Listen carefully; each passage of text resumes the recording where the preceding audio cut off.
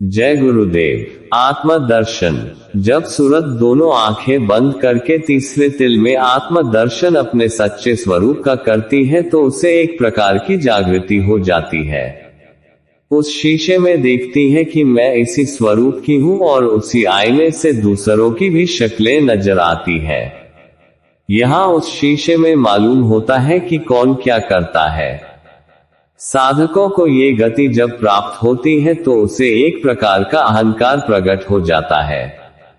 ऐसी अवस्था में यदि साधक कुछ किसी के बारे में कहता है तो उसका कहा हुआ वचन सत्य हो जाता है। स्त्री पुरुषों, जो तुम साधन गुरु का दिया हुआ करते हो और अंत में उनकी शक्ति प्राप्त करते हो तो तुमको यह विचार करना होगा कि मैं अपनी जमा की हुई पूंजी बर्बाद न कर दूं। सूरत की चाल रुक जाती है कि तुम अपनी शक्ति का दुरुपयोग करते हो। सूरत उसी तीसरे तिल में होकर देखती है। स्वर्ग भी नजर आते हैं, वैकुंठ धाम भी नजर आते हैं जो वही की रचना है। सुंदर आनंद की वह भी नजर आती है। देवी और देवता भी नजर आते हैं। जो रचना यहाँ पर नजर नहीं आती है वह वही सब दिखाई देती है। ये साधना गुरु के पास रहकर चंद दिन में पूरी हो जाती है। गुरु दिव्य देशों के मार्ग को भली भांति जानता है। वह तुम्हें अपना रास्ता बताकर तुम्हें पहुंचा देता है। मन बुद्धि चित्त अहंकार का आपा तुमने ठान लिया है। इसी आपे के द्वारा तुम अपने आप को नहीं पहचान पाते हो। आपा गुरु के चरणों में रख दो और उससे दिव्य अगोचर दिव्य दृष्टि मांगो जिसके द्वारा परमात्मा का दर्शन होता है। जब सूरत सहस दल कवल में पहुंचती है तो बहुत बड़ी शक्ति प्रकट हो जाती है।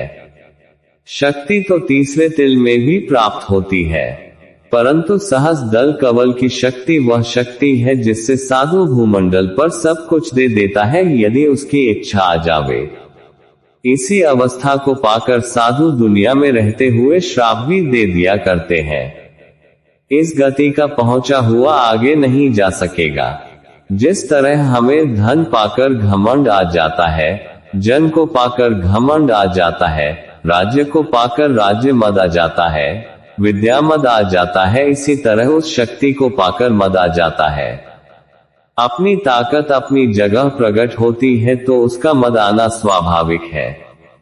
संत मत के अनुयायियों को जो सूरत शब्द की साधना में लगे हैं उन्हें होशियारी से रहना चाहिए कि कहीं किसी को आशीर्वाद अथवा श्राप न देने लगे। साधन वालों को असर नहीं होता है, परंतु पूंजी में से खर्च करेंगे तो अवश्य कम होगी। जिन साधकों को अंतर प्रकाश या शब्द मिल रहा है उन्हें अपनी जबान पर ताला लगा लेना होगा। साधकों, तुम्हें मालूम नहीं है कि उसका क्या असर तुम्हारी साधना पर हो जाता है। जय गुरुदेव।